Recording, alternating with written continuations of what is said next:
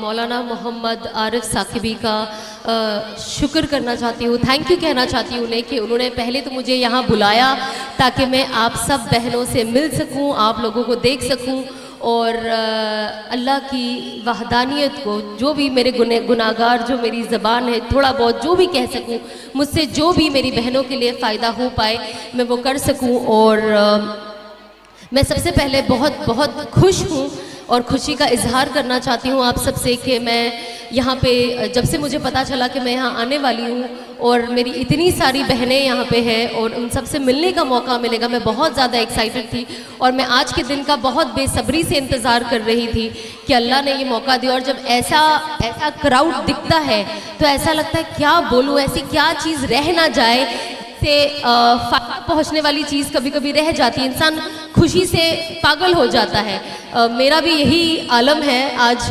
तो आज मुझे भी यहाँ पे सच कहूँ तो बहुत कुछ सीखने मिला। मैं जो मेरे पहले जितने स्पीकर्स थे जो बात कर रहे थे, बहुत सीखने मिला, बहुत जानने मिला। और जब आप इनसे जानते जो असल, आप सभी से गुजारिश करती हूँ, आपके एक्साइटमेंट समझ सकती हूँ, मगर मेहरबानी सारे वॉलंटियर्स पीछे हो जाए स्टेज से और सब अपनी जगह पर बैठ जाए, चीखों पुकार वाले हालात पेश ना करें। अगर आप सुनना चाहते हैं किसी को तो मेहरबानी अपनी जगहों पर बैठे रहें, पहले बैठ जाए सबके सब।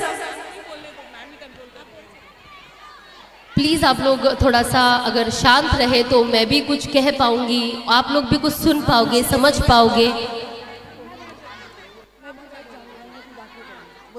क्योंकि अगर आप लोग बैठोगे तो ही मैं जो यहाँ आई हूँ मैं आपसे कुछ कह पाऊँगी, अदरवाइज़ मेरा यहाँ आना तो कोई पॉइंट ही नहीं हुआ। तो मैं मेरी सारी बहनों से हाथ जोड़ के रिक्वेस्ट करती हूँ, प्लीज़ चुप हो जाए, हाँ, और खामोश रहे थोड़ा सा, बिकॉज यहाँ के स्पेशली लोग बहुत ज़्यादा आवाज़ कर रहे हैं। अभी आप लोग को पनिश करूँगी मैं अभी टीचर बन जाऊँगी, ओके। हाँ, वॉलंटियर्स का ये हाल है, देखो बाकी लोग शांत बैठे हैं तो हम कोशिश करें, क्योंकि यहाँ से सीधा मेरे कानों में आवाज़ जा रही है कि माइक वाला जो मेरी आवाज़ है उसके भी ऊपर आपकी आवाज़ है। हम कोशिश करें थोड़ा शांत रहे, हम अल्लाह की बात करना है, थोड़ा सा एक वो तमीज़ का दायरा हम रखें, क्योंकि इससे बहुत एक अदब मेंटेन करना बहुत ज़्यादा ज़रूरी है मेरी बहनों। अदरवाइज़ आप समझ सकती हो ना, फिर जो बात कहेंगे दिल पे अगर असर लेना है तो हमें सिर्फ सुनना नहीं है, हमें एक अदब का दायरा भी रखना है जो सबसे ज़्यादा ज़रूरी है इस्लाम में। तो हम कोशिश करें कि हम थोड़ा सा ये मेंटेन करें ताकि यहाँ पे आना आपके लिए भी फ़ायदेमंद हो और मुझे भी लगे कि मैं कुछ यहाँ पे अच्छी बातें करके जा पाई, वरना मैं खुद निराश हो जाऊँगी कि बोल नहीं पाई जो बोलना था, क्योंकि मैं भूल गई आवाज़ में, है ना, होता है ना, शैतान भड़काता है। तो सबसे पहले तो हम कोशिश करें, जितने भी यहाँ लोग बैठे, मैं हमेशा कोशिश करती हूँ हम आयतुल कुर्सी पढ़ लें। जब हम आयतुल कुर्सी पढ़ेंगे तो अल्लाह आपके और मेरे बीच का जो शैतान है ना, जो भी यहाँ पे बैठा होगा और पागल हो रहा होगा इतने सारे मजमू को देख करके, इतनी सारी बहनें आई है, अगर ये लोग अल्लाह सुब्हानहू व तआला को वाकई ही जान लिए, वाकई ही समझ लिए, रसूल अल्लाह सल्लल्लाहु अलैहि वसल्लम के तरीकों को समझ लिए, सुन्नतों को समझ लिए, तो मेरा क्या होगा, है ना। तो हम सबसे पहले आयतुल कुर्सी पढ़ लें।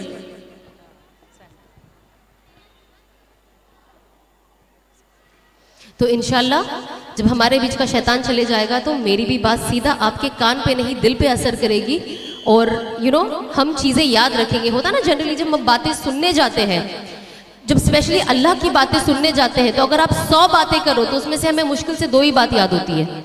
वहीं अगर हम शॉपिंग की, खाने पीने की बात करें तो 100 बात करेंगे तो 101 बात याद रहती है, जो बात नहीं हुई है वो भी याद हो जाती है फॉर सम रीज़न।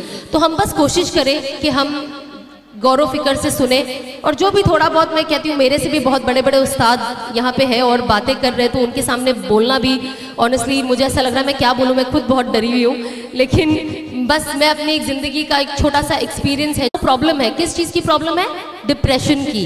जो हम कहते हैं ना हम डिप्रेशन में हैं, हम डिप्रेशन में हैं, उदास है, समझ में नहीं आ रहा है क्या करें, एकदम उदास हो, जीने का कोई मकसद नहीं है। तो मेरी ज़िंदगी भी बिल्कुल वैसी हो गई थी कि मेरी ज़िंदगी में जीने का कोई मकसद मुझे नजर नहीं आ रहा था। और फेलियर्स, लाइफ में फेलियर, कभी कामयाबी कभी फेलियर, कभी जीत कभी फेलियर, तो मैं बहुत उदास हो जाती थी, क्योंकि तब असल ईमान का जो मतलब था ना मुझे समझ में नहीं आया कि जिंदगी इसी का तो नाम है। हमने अच्छे बुरे नसीब पे ईमान लाया है, अच्छे बुरे वक्त पे। अच्छा वक्त है तो अल्लाह मुझे पसंद करता है, बुरा वक्त है तो अल्लाह सुब्हानहू व तआला करते। ये नहीं होनी चाहिए ना, पर ये बात मेरे अंदर थी। क्यों? क्योंकि इल्म नहीं था, दीन की समझ नहीं थी, अल्लाह सुब्हानहू व तआला से वो कनेक्शन नहीं था। तो जब मैं डिप्रेशन में आई और मैंने चीज़ें सोचा, तो मैंने सबसे पहले सवाल किया, क्योंकि मैं हमेशा सोची थी मेरे जीने का कोई मकसद ही नहीं है, क्योंकि मैं ऐसा कुछ कर ही नहीं रही हूँ। देखो तो गुनाह मेरे बढ़ते जा रहे हैं ज़िंदगी में, सवाब का काम कुछ इतना दिखाई नहीं दे रहा, सुन्नतों पे मेरी ज़िंदगी है नहीं, अल्लाह को तो मैं वैसे ही नाराज़ कर रही हूँ, क्योंकि जाहिर सी बात है पर्दा नहीं करती हूँ, वेस्टर्न कपड़े पहनना, बाल खुले रखना। मैं एक वक्त में उन चीज़ों को खूबसूरती समझती थी। मुझे लगता था मेरे जब बाल खुले तो मैं खूबसूरत लगती हूँ, मुझे लगता था जब जिस्म खुला है तो मैं खूबसूरत लगती हूँ। लेकिन जब समझ में आया, जब अपने आप को सिर्फ और सिर्फ अल्लाह के लिए मैंने ढाका कि अब मैं अबाया पहनूंगी, अब मैं हिजाब पहनूंगी, अब मेरे बाल कोई नहीं देखेगा, तब जाके असल ज़िंदगी का मुझे मकसद समझ में आया, तब जाके कनेक्शन आया हिजाब। और जब हम मॉडेस्टी पे आते हैं तो क्या होता है, इन चीज़ों पे जब आप आते हो ना तो अल्लाह आपका तकवा बढ़ाता है ना। जितना, और तकवा है क्या, तकवा का ये मतलब है आप जितना अल्लाह सुब्हानहू व तआला के करीब, आप जब अल्लाह सुब्हानहू व तआला के करीब जाओगे, आप जब सुन्नतों को फॉलो करोगे, आप अपनी ज़िंदगी में इस्तग़फ़ार की कसरत ज़्यादा करोगे, हाँ, आप अपने आप को गुनाहों से बचाओगे। आप सोचोगे नहीं मुझे ये मौका मिल रहा है सामने वाले के लिए ये चीज़ करने का, नुकसान वाली चीज़, लेकिन आप क्या सोचते हो, नहीं अगर मैंने नुकसान वाला कर दी, चलो आज मैं इसे नुकसान पहुंचा दी, आज मुझे फ़ायदा हो गया, लेकिन आखिरत का क्या? अल्लाह सुब्हानहू व तआला इसका सवाल तो उठाएंगे ना क़यामत के दिन, जब हमारा हिसाब किताब होगा। और कब्र का क्या, ऊपर से मेरी जिंदगी का क्या? तो जिस दिन आप ये चीज समझ जाओगे, आपकी लाइफ वैसे ही चेंज हो जाएगी। तो जब हम छोटे छोटे गुनाहों से अपने आप को बचाते हैं, हम नमाज को कोशिश करते हैं कि हम वक्त पे अदा करें, और नमाज को बोझ समझ के नहीं, नमाज से मोहब्बत करें। कितनी अच्छी बात है ना। देखो कहते हैं जो कुरान है, कुरान अल्लाह सुब्हानहू व तआला हमसे बात करते हैं, और अल्लाह ने नमाज बनाया कि हम अल्लाह सुब्हानहू व तआला से बात करें। आप खुद सोचिए, जब आप नमाज पढ़ते हो, जब आप सिर्फ कभी कभी इन जनरल जो हमारे फ़र्ज़ हैं हम पढ़ते हैं, कभी आप सोचो हम सोचते चलो आज 2 रकात अल्लाह का शुक्राना अदा कर देती हूँ, आज 2 रकात नफिल एक्स्ट्रा पढ़ लेती हूँ, आज 2 रकात सलातुल तौबा पढ़ लेती हूँ, कितने गुनाह किया, आज 2 रकात सलातुल तौबा पढ़ लेती हूँ। आप खुद देखिए अंदर कितना भी स्ट्रेस हो, कितना भी टेंशन हो, लेकिन जैसे आप वजू करके आपके जानामाज पे खड़े होते हो, ऐसे दिल टूट के खुलते हैं। आप असल अपना नमाज पढ़ते हो तो आप उसके बाद जब आप सजदे में जाते हो, आपको ऐसा लगता है अल्लाह सुब्हानहू व तआला मैं आपसे क्या नहीं, आप छोटे बच्चे बन जाते हो। होता होगा ना आप सबके साथ ऐसा सिचुएशन कि आप नमाज के बीच में ही रो रहे हो, अभी तक आपने सलाम भी नहीं फेरा, आपने हाथ भी नहीं उठाई दुआ के लिए, नमाज चालू है, बस आप रोते जा रहे हो, रोते जा रहे हो, रोते जा रहे हो, क्योंकि अल्लाह वो सुकून रखा है नमाज में। अल्लाह कुरान में कहते हैं ना, दुनिया में कामयाबी, दौलत, शोहरत सब जाएगा, सुकून सिर्फ मैं ही दूंगा। और जब ये बात समझ में आई, जब ये कुरान की आयत समझ में आई, जब जिंदगी में बदलाव आया, और तब समझ में आया क्या ये कुरान की आयत तो ये कहती है, वाकई सुकून तो मुझे आज कुरान ने दी है। तो हम कोशिश करें अपनी तिलावत, जो कुरान है ना, जब तक आप कुरान नहीं खोलोगे ना, हमारे दिल नहीं खुलेंगे। अगर आप दिल को खोलना चाहते हो, जिंदगी को बदलना चाहते हो, सोच बदलना चाहते हो, हर चीज जिंदगी की कोई भी पर आपको आना है, तो सबसे पहले कुरान की तिलावत शुरू करनी है। भले आप 1 सफ़ा पढ़ो रोज, मैं यह नहीं कहती हूँ कि आप 1 पारा पढ़ लो, ये पढ़ लो, 1 पेज, लेकिन कोशिश करो कि आप तर्जुमा करो कुरान का। आप जब हमें पता ही नहीं, देखो अनफॉर्चुनेटली हम इंडिया में रहते हैं, हमारी फर्स्ट लैंग्वेज है उर्दू, तो का असल मतलब हमें आता ही नहीं है जब तक हम तर्जुमा ना करें। तो बचपन से बस हम पढ़ते ही आ रहे हैं, बस पढ़ते ही आ रहे हैं, लेकिन हमें पता ही नहीं हम पढ़ क्या रहे हैं, क्योंकि हमें पता नहीं हम पढ़ क्या रहे हैं, असर आधा है। मैंने बड़े बुजुर्गों से सुना है कि कुरान एक ऐसी चीज है ना, अल्लाह को याद करना एक ऐसी चीज है कि भले वो आपकी जबान ना हो, भले आपको जबान समझ में नहीं आती है, लेकिन असर देती है। आप सोचोगे मैं क्या पढ़ रही हूँ मुझे नहीं पता, लेकिन वो असर देगा। अब आप समझो कि आपने कुरान समझ लिया तो कितना असर होगा आपकी जिंदगी में, होगा कि नहीं? तो हम कोशिश करें कि हम कुरान को उसके तफसीर के साथ पढ़े। देखिए माशाल्लाह एक से एक बुक है। मैं अभी देवबंद गई थी, मैं वहाँ के लाइब्रेरी में गई, और जब मैं लाइब्रेरी में गई वो लोग मुझे समझा रहे थे, मैं और मेरे शौहर वॉक कर रहे थे, लाइब्रेरी में घूम रहे थे, मैंने किताबों का खजाना वहाँ देखा। और ये छोटी वाली लाइब्रेरी की बात कर रही हूँ, और मैं छोटी लाइब्रेरी देख के मैं अपने आप को अंदर ही अंदर कह रही थी कि सना तुम अगर मर भी गई तो भी तुम ये किताबें नहीं पढ़ पाओगी, इतनी सारी, मतलब इतनी किताब। और मैंने मेरे शौहर से कहा कि कितना इल्म है। हम सोचते हम थोड़ी सी 2 रकात हम अब 5 वक्त के नमाजी हो गए, हमने हिजाब कर लिया, नमाज कुरान पढ़ लिया, ज़कात दे दी, हमें लगता वाह हम अच्छे मुसलमान हैं, हमें सब आता है ना। कोई हमें कुछ कहता है तो हम क्या कहते हैं, हमें मत सिखाओ, हमें सब आता है, अपना देखो। आज की तारीख में अगर आप किसी को थोड़ी सी अच्छी बातें करोगे तो कहते हैं क्या है, ने खबर में खुद जाना है, अकेले जाना है, जवाब हमें देना है। ये मैंने सुना है जब आप लोगों से कुछ कहते हो प्राइवेटली। मैं पब्लिकली कभी किसी को इंसल्ट करने में ना बिलीव करती हूँ, ना मेरी वो हरकत है कि मैं जाऊँ मेरे सोशल मीडिया पे किसी का नाम लूँ और बोलूँ तुम ऐसे करो, तो वो दीन इस्लाम नहीं है ना। दावत हमेशा हिकमत से की जाती है, मोहब्बत से की जाती है। सामने वालों को आप उसकी खूबियां बताओ पहले, है ना। हमारे अंदर खूबियां अल्लाह ने ज्यादा रखी है, और कमियां इन जनरल पूरे जितने दुनिया में लोग हैं, चाहे वो मुसलमान नहीं भी हो, अल्लाह ने उनके अंदर खूबियां ज्यादा रखी है और बुराइयां थोड़ी रखी है। लेकिन इंसान की फितरत क्या है, बुराई को हाईलाइट करो, अच्छाई को दबाओ। तो हमें कोशिश करना चाहिए कि हम जब भी किसी को भी देखें, हम उसकी अच्छाई को पहले देखें कि बुराई तो ठीक है, बुराई तो मैंने में भी है ना।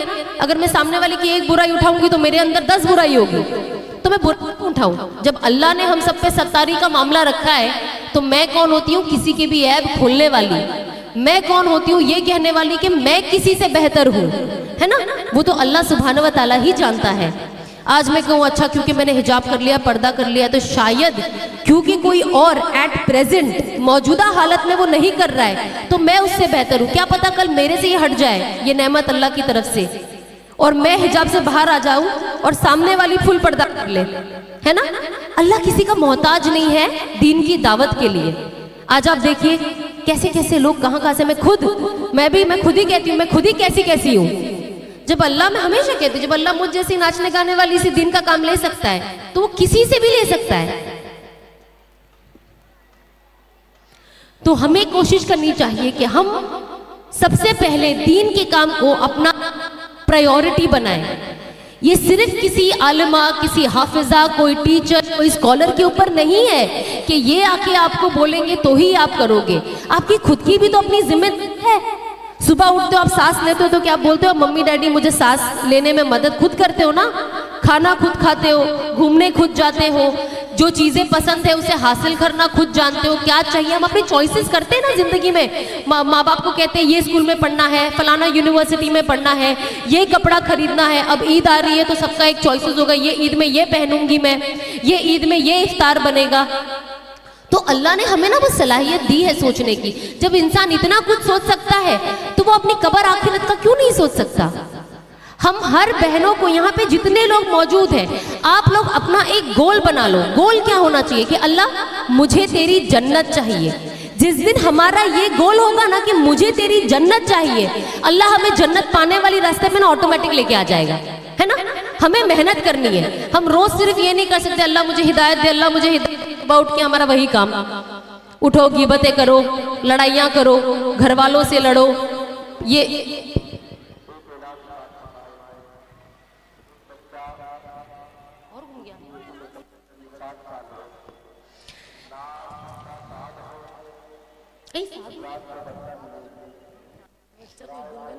हाँ वही साथ ना। तो बस हमारे अंदर एक फिक्र होनी चाहिए कि हम रोज सुबह उठे, जब सबसे पहले उठे तो पहले अल्लाह का शुक्र करें। जब हम सुबह उठ के दुआ पढ़ते हैं, हम दिन की शुरुआत अल्लाह सुब्हानहू व तआला से करें। उसके बाद फजर तो आई एम श्योर हम सभी पढ़ते होंगे। अगर आपको तौफीक मिलती है तो हम कोशिश करें 2 रकात हम चाश्त भी पढ़ ले, है ना। वक्त मिलता है ना, जितनी भी यहाँ पे लेडीज है, बच्चे वाली है, उठी जाती है, 2 रकात पढ़ने में कितना वक्त है, 5 मिनट भी नहीं लगता, पढ़ ले। अल्लाह भी समझते हैं। कभी कभी बच्चों की वजह से जल्दी जल्दी भाग जाते हैं। आज मैं खुद एक माँ बनी हूँ तो मुझे पता है कि हर चीज़ में फास्ट फॉरवर्ड में करती हूँ, लेकिन मेरे पास तो भी वक्त है। लोग कहते हैं ना वक्त नहीं है, वक्त कैसे नहीं है। आप 5 मिनट अल्लाह सुब्हानहू व तआला के लिए कैसे नहीं निकाल सकते हो? बहुत ईजी है ये निकालना। जो भी इंसान कहता है उसके पास वक्त नहीं है कि वो बच्चे की वजह से, घर वालों की वजह फर्ज नमाज अदा नहीं कर सके या 2 रकात एक्स्ट्रा नफिल ना पढ़ सके, मैं तो कहती हूँ वो झूठ कहता है, क्योंकि हो ही नहीं सकता। अब जब ये कहते हो तो सामने इंसान सोचता है अच्छा तुम्हारे घर में तो नौकर चौकर हो गए, तुम ये करती होगी, 10 संभालने वालों की कोई नहीं मेरे घर में। हेल्प करने के अलावा मेरे बच्चे की नैनी मैं खुद हूँ, बच्चा संभालने वाला मेरे पास कोई नहीं है। मैं खुद अपने बच्चे की परवरिश करती हूँ, क्योंकि मुझे हमेशा डर फिक्र रहता है क्या पता कोई बिस्मिल्लाह बिला बोले मेरे बच्चे को खाना ना खिला दे। अगर मेरे बच्चे का खाना हो गया, वो तो छोटा है, क्या अल्हम्दुलिल्लाह ना बोले, सीधे हाथ से उसकी चीजें ना कराए, कपड़ा सीधे हाथ से ना पहनाए तो क्या होगा। आज हम सोचते बच्चा छोटा है, नहीं पता बहुत फर्क पड़ता है। आप जितना अपने छोटे, ये जो छोटा हाथ वाला बच्चा है ना, आप जितनी सुन्नतों का अमल उसके साथ आज करोगे, आप उसके नताइज, जैसे हमारा बच्चा बड़ा होगा आप उसके अंदर वो नताइज देखोगे। तो आप छोटा नहीं समझना, कोई भी चीज को छोटा नहीं समझना। ये मत समझना मेरा बच्चा नादान है, उसे कुछ समझ में नहीं आता। हम सबसे पहले, हमें एक सबसे इंपॉर्टेंट चीज जो मुझे आज लगता है हमारे अंदर जो कमी है वो है तालीम की। हमारे अंदर तालीम की बहुत ज़्यादा कमी है, और ये एक रीज़न है हमारा बहुत चीज़ों से पीछे रह जाना, या हमारी सोच जो कभी सही होती नहीं है, कभी कोई डिसीजन हम ले नहीं पाते। क्यों? क्योंकि एजुकेशन इज़ द प्रॉब्लम। हम सबसे पहले तालीम की तरफ आगे बढ़े, हम एजुकेशन की तरफ बढ़े, हम कोशिश करें कि हमें पढ़ना है। अगर स्कूल नहीं जा सकते तो करस्पॉन्डेंस का भी तो अपने पास ऑप्शन है ना। लड़कियों के पास जो कहती है नहीं मुझे शरीयती एतबार से स्कूल जाना है, या मुझे ये करना है, या जो भी बहुत सारे रीजंस होते हैं किसके स्कूल नहीं जाने के, तो आप करस्पॉन्डेंस करें, लेकिन आप पढ़े, आप दुनिया और दीन दोनों का इल्म हासिल करें, क्योंकि दोनों की ज़रूरत है आज की तारीख में। दीन होगा तो दुनिया अच्छे से आप कर पाओगे, फर्क कर पाओगे कि भाई मेरा हलाल रोजी का सिस्टम क्या है, मेरा हराम क्या है, सामने वाला मुझे ये जॉब का ऑफर देता है तो ये जॉब मुझे शरीय एतबार से मैं कर सकती हूँ कि नहीं कर सकती हूँ, ये हमें नॉलेज ही नहीं है। क्योंकि मुझे खुद लंबे अरसे तक नहीं पता था कितने सारे जॉब जो हम नहीं कर सकते। क्यों? क्योंकि प्रैक्टिस ही नहीं था। एटलीस्ट मेरे घर में वो माहौल नहीं था। हाँ, नमाज, रोजा, ज़कात, हज, ये जो छोटी छोटी चीजें, हमें जो बेसिक चीज,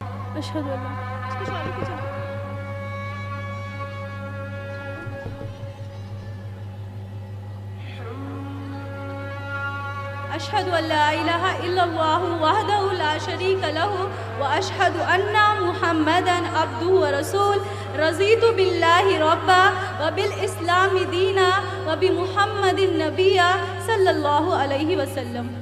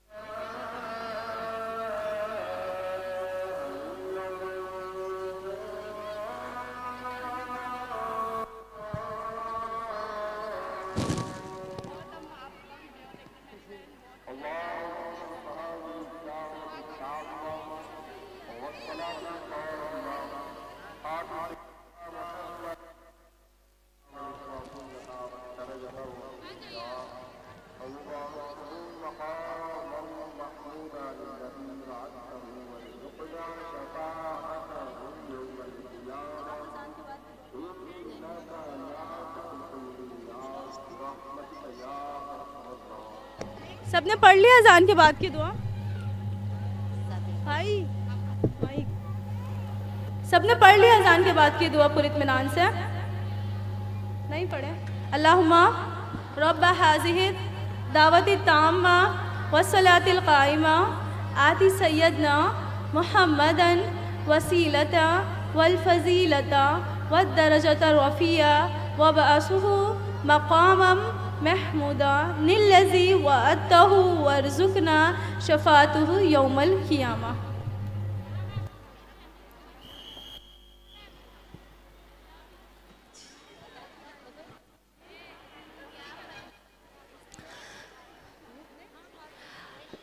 तो जब अजान होती है तो मेरे शौहर ने मुझे ये जो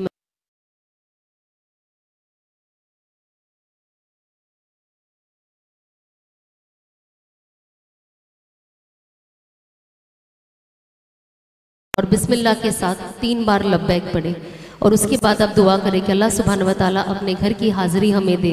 इंशाल्लाह इंशाल्लाह अल्लाह सुब्हान व तआला अपने घर हमें बार बार बुलाए।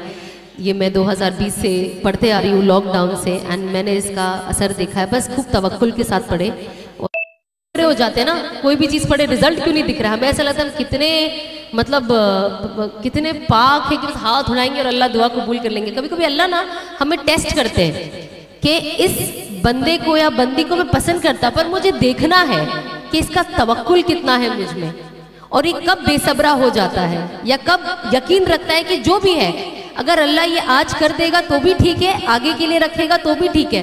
पर हमारे अंदर यकीन होना चाहिए कि अल्लाह, कहते हैं ना कि कोई भी दुआ अल्लाह रद्द नहीं करते।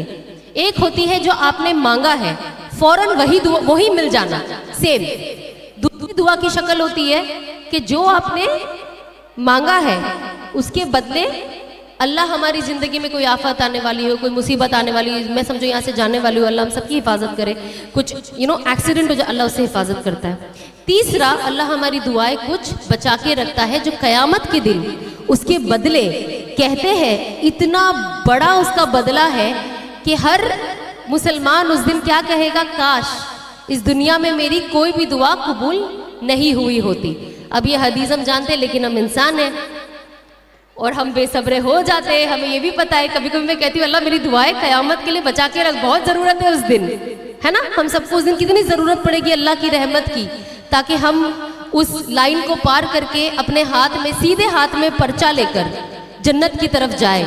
लेकिन उसके लिए बहुत मेहनत है, तो हम कोशिश करें। सबसे बहुत आसान है, पता है, औरत के लिए जन्नत जाना सबसे ज़्यादा आसान है कंपेयर टू मर्द। कहते हैं औरत अगर अपनी 5 वक्त की नमाज पढ़े, रोज़े रखे,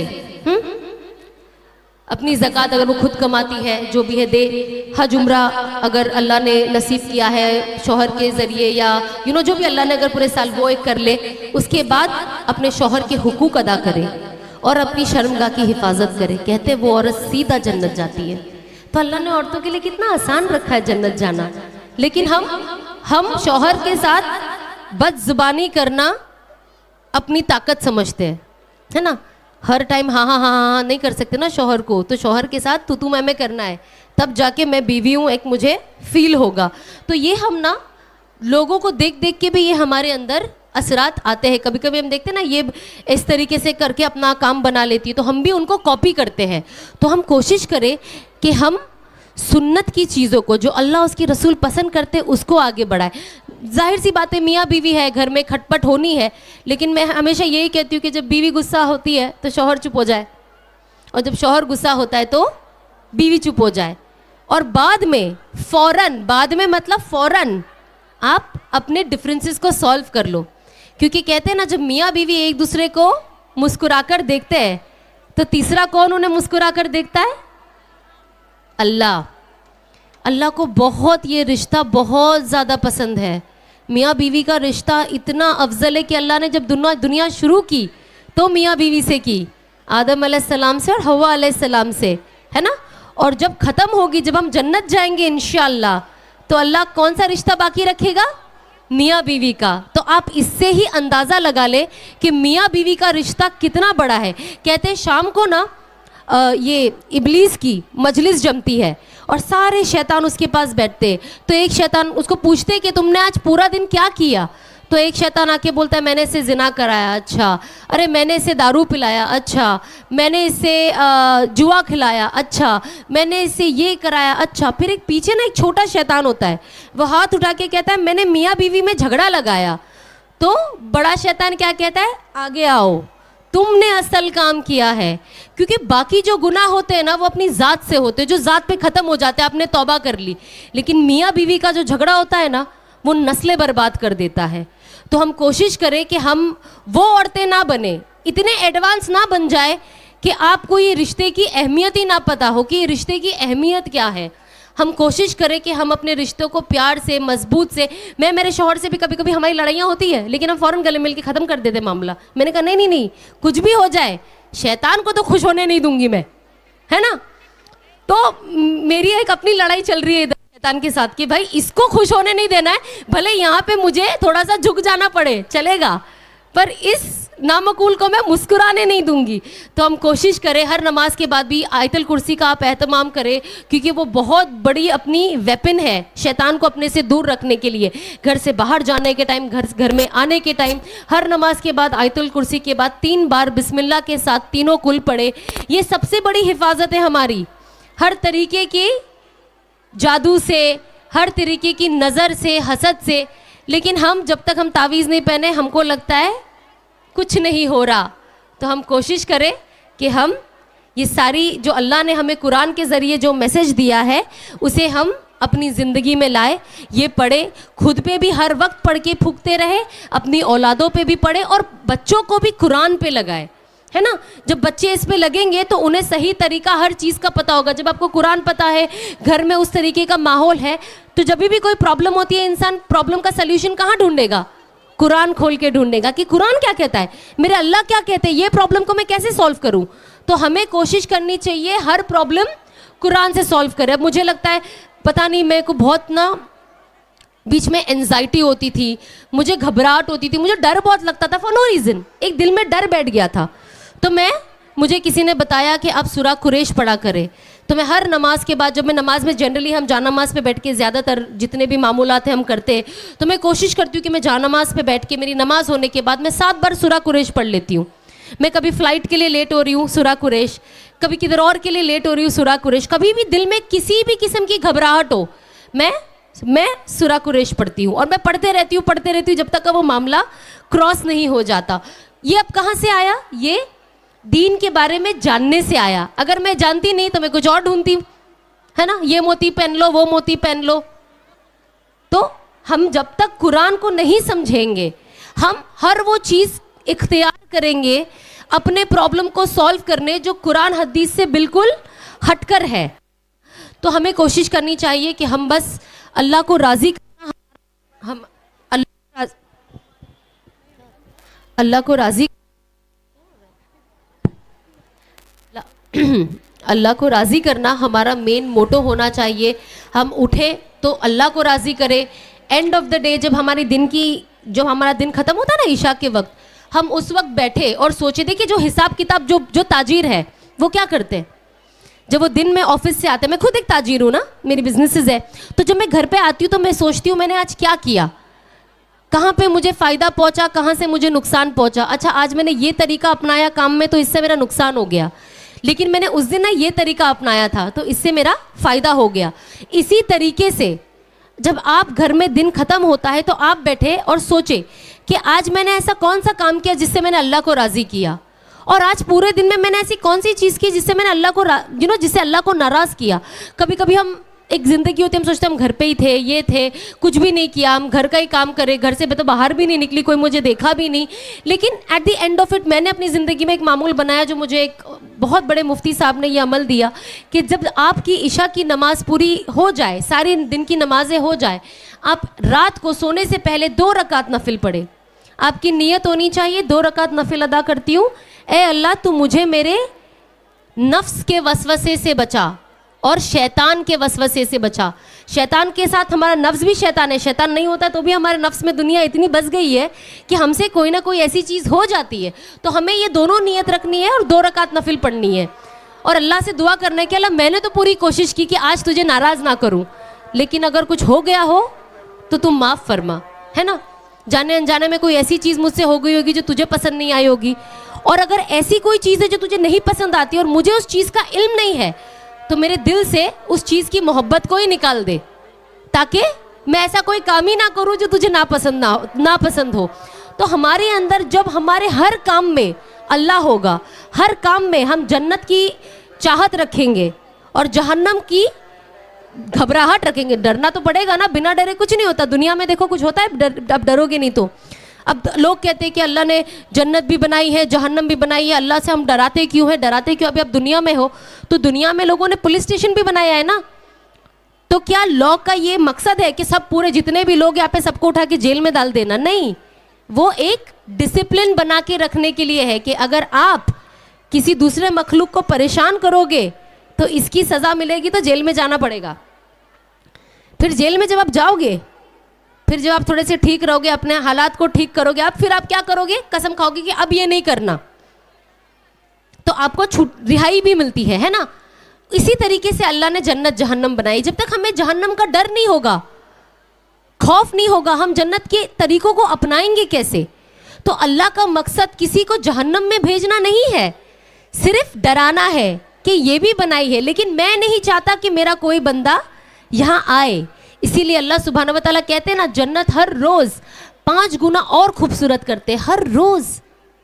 आप इमेजिन कर सकते कोई चीज़ को हर रोज़, एवरी डे, जब से दुनिया बनी है, जब से जन्नत बनी है, 5 गुना ज़्यादा एवरी डे अल्लाह जन्नत को और खूबसूरत करते हैं।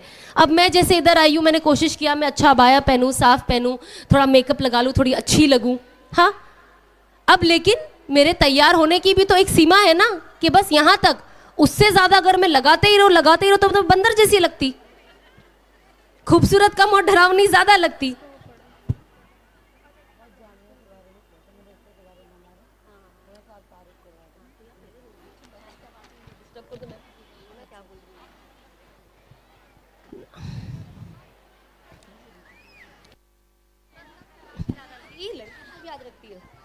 तो हमें पता है ना फिर हमें किधर रुकना है। तो हम अल्लाह की जन्नत का अंदाज़ा भी नहीं लगा सकते।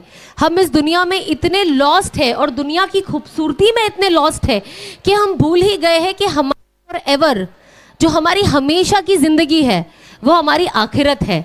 हम चाहते हैं ना कि हम अहले बैत से मिले, चाहते हैं कि नहीं? यहाँ पे कितने लोग हैं जो चाहते हैं कि हम बीबी आयशा से मिले? हाँ हाँ, करेक्ट। कितने लोग हैं हम ये चाहते हैं हम माँ खतीजा से मिले, बीबी फातिमा से मिले। इमेजिन अगर हम वो चीज़ अपने अंदर लाएंगे। आज जैसे मैं यहाँ आके आपको कहती हूँ अस्सलाम वालेकुम, आप मुझे देख के कहती हो ओ सना अस्सलाम वालेकुम। इमेजिन क़यामत के दिन हम सलाम करेंगे, इन सबको अपनी इन आँखों से देखेंगे, क्या ही दिन होगा ना। आज तो हम उनके बारे में सिर्फ पढ़ते हैं, और जब पढ़ते तो ऐसा लगता है बनना, इन जैसा बनना है, इन जैसा बनना, ये हमारे रोल मॉडल है, ये हमारे आइडल है। क्या ही दिन होगा जब हम इन्हें मिलेंगे, क्या ही दिन होगा जब हम रसूल अल्लाह सल्लल्लाहु अलैहि वसल्लम से मिलेंगे, क्या ही दिन होगा जब अल्लाह सुब्हानहू व तआला से मिलेंगे। जन्नत की सबसे बेस्ट चीज़ क्या है? जन्नत नहीं है, अल्लाह सुब्हानहू व तआला का दीदार है। उससे अच्छा क्या हो सकता है कि हम अपने खालिक से मिले, है ना। हमने तो उन्हें देखा नहीं है, हमने ना रसूलुल्लाह सल्लल्लाहु अलैहि वसल्लम को देखा, हमने गैब पे ईमान लाया है। हम कुरान पढ़ते, हम मानते हैं कि अल्लाह है, अल्लाह एक है और कोई शरीक नहीं है उसमें। हम मानते हैं रसूलुल्लाह सल्लल्लाहु अलैहि वसल्लम हमारे आखिरी पैगंबर है। हम मानते हैं 1.25 लाख अंबिया आए थे। हम मानते हैं सब सहाबाओं में, हम हर चीज़ पे ईमान लाए हैं बिना देखे। तो इसका बदला क्या ही होगा, है ना। इमेजिन मैं एक उस दिन इंस्टाग्राम पे एक पोस्ट देख रही थी, रोना आ जाता है कह के।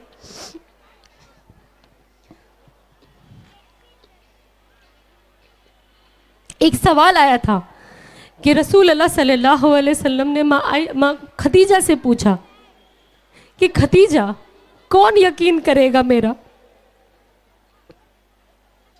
और आज देखिए अरबों खरबों में मुसलमान हैं जिन्होंने कलमा पढ़ा, और उस वक्त रसूल अल्लाह सल्लल्लाहु अलैहि वसल्लम अपनी बीवी से पूछते कि खतीजा कौन यकीन करेगा मेरा। हर वक्त या उम्मती या उम्मती या उम्मती, हर वक्त उम्मत की फिक्र, आज औरतों की इज्जत रसूलुल्लाह सल्लल्लाहु अलैहि वसल्लम की वजह से है। हाँ, क्या नहीं होता था वो ज़माने में, लड़कियों को जिंदा गाड़ दिया जाता था। अगर रसूलुल्लाह सल्लल्लाहु अलैहि वसल्लम ने एक डिवोर्सी से निकाह नहीं किया होता तो आज सोचिए जितनी औरतों के तलाक होते, क्या उन्हें दूसरा एक ज़िंदगी में एक वापस मौका मिलने का कोई बनता नहीं बनता ना। तो कितनी चीज़ें बड़ी, आज देखो एक लड़की का हम रिश्ता लेके जाते हैं, अगर लड़की 2 साल भी बड़ी है तो हम रिश्ता मना कर देते हैं। हम आज की तारीख में जब रिश्ते ढूंढते हैं तो हमें खूबसूरती और पैसा ज़्यादा इम्पोर्टेंट है, दीन इम्पोर्टेंट नहीं है। आज मेरे घर जब मैं इन जनरल जानती हूँ, जब लड़कियों को रिश्ता लाया जाता है, जब लड़कों के बारे में पूछा जाता है, मैं हमेशा देखती हूँ कोई नहीं पूछता कि नमाज कितनी पढ़ता है लड़का, हाँ, मस्जिद जाता है कि नहीं जाता, तबलीग में अपना वक्त लगाता है कि नहीं लगाता। सिर्फ यह है कौन सी कंपनी में जॉब करता है, कितनी सैलरी है, खूबसूरत कितना है, बस गोरी चमड़ी है चलेगा। हाँ, लड़कियों के लिए भी यही हाल है। हमने तो दीन को देखना बंद ही कर दिया है, फिर रोना, हम सब रोते हैं। आज माँ बाप अपनी बच्चों की तरबियत के लिए जब इंग्लिश स्कूल हो कर्जे ले लेकर बच्चों को भेजते हैं, लेकिन जहाँ दीनी तालीम हो वो कहते हैं अरे आप तो आलिमा हो ना, आप कुरान पढ़ाने की फीस लोगी क्या। हाँ, आज हमारे बच्चों को माँ बाप को गुस्ल देने का तरीका भी नहीं आता है जब उनकी फौत हो जाती है तो। हाँ, आपको जनाजे की नमाज नहीं आती है, आपको लगता है कोई मौलाना आपकी जनाजे की नमाज आपकी औलाद से बेहतर पढ़ा सकता है, उस फीलिंग के साथ पढ़ा सकता है? नहीं पढ़ा सकता है। हम कोशिश करें कि हम बच्चों को, ऐसा नहीं कि इसके लिए हम दुनिया से बच्चे को एकदम दूर कर दे, दुनिया की भी तालीम दे, दुनिया की भी तालीम दे, आखिरत की भी तालीम दे। और बहुत ज़्यादा ज़रूरी है। देखो आज की तारीख में ना बहुत कम स्कूल है, जैसे मैं खुद सोचती हूँ कि मैं, मेरा बेटा जब बड़ा होगा मैं उसे कौन सी स्कूल में डालूंगी, क्योंकि मैं तो चाहूँगी कि मेरा बेटा शलवार कुर्ता पहने, मैं तो चाहूँगी मेरा बेटा टोपी पहने, मैं तो चाहूँगी मेरा बेटा दाढ़ी रखे। अब कहाँ हैं ऐसे इदारे? तो हम कोशिश करें कि जब ये ऐसे इदारे बनते हैं हम सपोर्ट करें। जब तक आप खुद सपोर्ट नहीं करोगे ना, यहाँ पे कामयाबी होना बहुत मुश्किल है, इस चीज़ को आगे लेके जाना बहुत मुश्किल है। जब तक हम सब यहाँ पे जितने लोग बैठे हैं अपने बच्चों के लिए, अगर आप ऐसे इदारों को सपोर्ट नहीं करोगे तो आपके बच्चे फिर कौन से स्कूल में जाएंगे और क्या सीखेंगे, ये आप खुद फैसला करें। क्या वो माँ बाप की इज्जत करना उन्हें वहाँ सिखाया जाता है? नहीं, वहाँ सिवाय पैसे और दुनिया के और कुछ सिखाया नहीं जाता है। तो हम कोशिश करें कि हम ऐसे इदारों में जो यहाँ इतनी मेहनत की जा रही है, हम वहाँ पे उन्हें सपोर्ट करें, हम जान से भी सपोर्ट करें, माल से भी सपोर्ट करें, ताकि यहाँ पे अच्छे टीचर्स आए, आपके बच्चों को आला से आला तालीम मिले। और जब तालीम मिलेगी तो बच्चा आपकी दुनिया की भी तालीम हासिल करेगा और एक शरीयत के लाइन में भी रहेगा। तो बस आप कोशिश करें ये सब। मैं तो आपसे बस दरख्वास्त ही कर सकती हूँ, क्योंकि एक फ़िक्र है और वो फ़िक्र ही मुझे यहाँ लाई है आज मेरे घर से, वरना हर इंसान तो नफ्सा नफ्सी में ही है ना। ये एक चीज़ कहना चाहूँगी, जामिया फैज़ान आयशा जो ख़वातीन की तरबियत के लिए और बच्चियों को कुरान और हदीस से वाकिफ़ करवाने के मकसद से इस अदारे का आगाज़ किया।